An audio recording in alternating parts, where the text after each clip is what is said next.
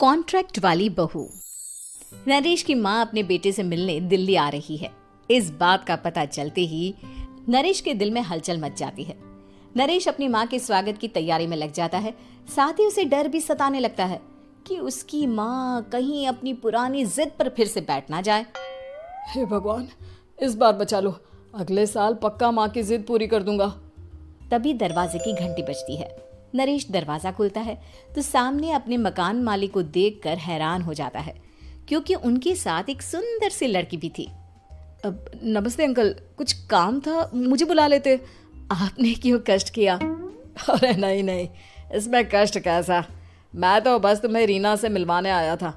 आज से रीना तुम्हारे साथ इसी फ्लैट में रहेगी। अंकल, कोई लड़का फ्लैटमेट नहीं है? एक अनजान लड़की के साथ रहना मेरे लिए थोड़ा अजीब होगा। देखो नरेश, मैं तुम्हें पहले भी बता चुका हूँ कि इस फ्लैट में तुम्हें किसी ना किसी के साथ एडजस्ट करना ही होगा, या फिर तुम अकेले पूरे फ्लैट का किराया दे दो, मैं किसी को नहीं रखूंगा।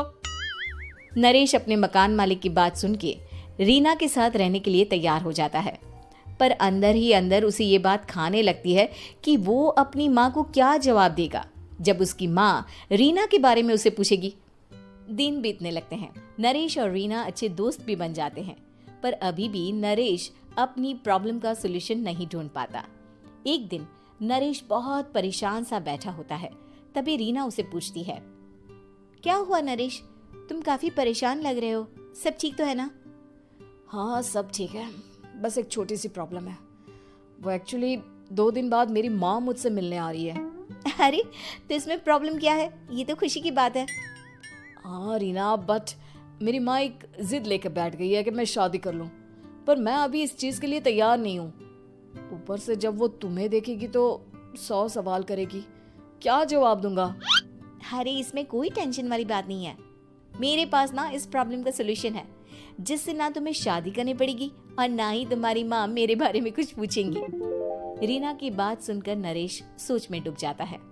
वो सोचता है कि रीना खुले ख्यालों वाली लड़की है, कहीं माँ को सच बता ना दे। नरेश को सोच में डूबा देखकर रीना कहती है, अरे क्या हुआ, किस सोच में पड़ गए?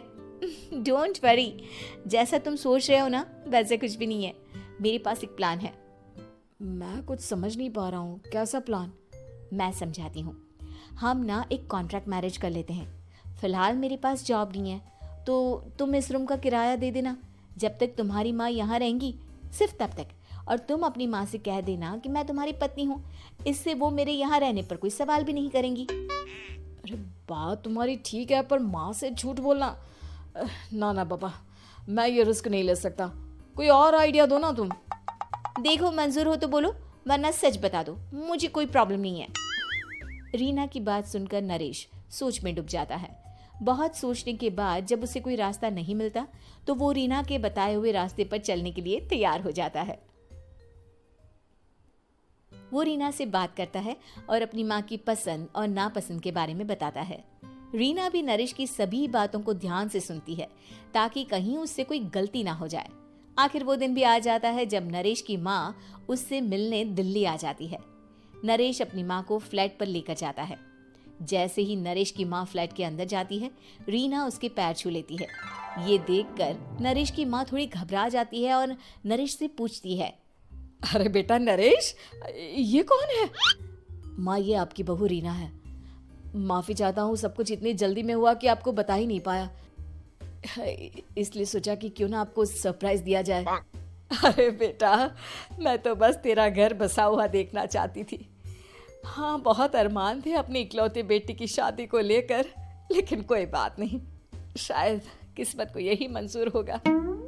ये कहते ही नरेश की माँ रीना को गले लगा लेती है। रीना बेटिया, मेरा बेटा ना थोड़ा नादान है, पर तुम काफी समझदार लगती हो, और मैं जानती हूँ कि तुम इसका बहुत अच्छे से ध्यान रखोगी। माँ आप चिंता मत कीजिए, मैं सब संभाल लूंगी। नरेश की माँ अपने बहू और बेटे के साथ खुशी खुशी रहने लगती है। दिन बीतने लगते हैं। नरेश की माँ और रीना का रिश्ता बहुत मजबूत होता चला जाता है। वो दोनों सारा दिन एक साथ रहती और खूब बातें करती। इधर साथ रहते रहते नरेश और रीना भी एक दूसरे से प्यार करने लगते हैं। दोनों को इस बात का एहसास हो जाता है, फिर भी वो इस बात को छुपा कर ही रखते हैं। एक दिन नरेश की माँ और रीना शादी के बारे में बात करने लगते हैं। रीना बिटिया, ये तो नरेश ने मुझे बिना बताए शादी कर ली, वरना मैं तो अपनी इकलौती बेटी की शादी इतनी धूमधाम से करती कि सारी दुनिया देखती रह जाती। अच्छा माँ, आप ऐसा भी क्या करती नरेश और मेरी शादी में जो दुनिया देखती रह जाती? अरे बिटिया, एक माँ के अरमान तुम अभी नहीं समझोगी। मैं तो अपनी बहू को एक रानी की तरह लेकर आती और शादी भी बिल्कुल शाही अंदाज में करती, पर मेरे तो सारे अरमान ऐसे ही रह गए। खैर, मुझे तो अपने बेटे और बहू की खुशी चाहिए बस। ये कहते हुए नरेश की माँ की आंखों में आंसू आ जाते हैं। रीना भी ये सुनकर ख्यालों में खो जाती है, क्योंकि वो भी मन ही मन खुद को नरेश की पत्नी और उसकी माँ की बहू मानने लगी थी। शाम को जब नरेश ऑफिस से घर आता है तो रीना खुद को रोक नहीं पाती और नरेश के सामने उसकी माँ को अपने और नरेश के रिश्ते का सारा सच बता देती है। रीना की बात सुनकर नरेश की माँ दोनों से बहुत नाराज हो जाती है और घर वापस जाने की बात करने लगती है। तुम दोनों ने मुझसे सच छुपाकर बहुत ठेस पहुंचाई है मुझे। अब तुम लोगों के साथ नहीं रहना चाहती मैं, कल ही वापस चली जाऊंगी अपने घर। माँ, मुझे माफ कर दो, ये सब मैंने रीना के कहने पर ही किया है, वरना मैं भी आपको कभी ठेस पहुंचाने के बारे में सोच भी नहीं सकता। हाँ माँ, हमने ये सिर्फ आपका दिल रखने के लिए किया, प्लीज हम दोनों को माफ कर दीजिए। तुम दोनों ने मेरे अरमानों के साथ खिलवाड़ किया है, और वैसे भी मुझे अपने बेटे के लिए एक अच्छी लड़की ढूंढनी है, इसलिए मेरा यहाँ से जाना ही बेहतर होगा। माँ की ये बात सुनकर रीना खुद को रोक नहीं पाती। माँ, क्या मैं आपके घर की बहू बनने लायक नहीं हूँ? रीना की बात सुनकर नरेश हैरान रह जाता है।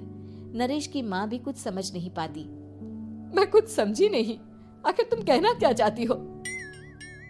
माँ, मैं वो नरेश से बहुत प्यार करती हूँ और साथ ही साथ मैं आपको भी अपनी माँ मान बैठी हूँ। आज जब आपकी बातें सुनी तो खुद को रोक नहीं पाई, इसलिए सारा सच आपको बता दिया। रीना की बात सुनकर नरेश की माँ की आंखों में आंसू आ जाते हैं और वो अपने बेटे नरेश और रीना को गले लगा लेती है। मेरे घर की बहू तो सिर्फ रीना बिटिया ही बनेगी।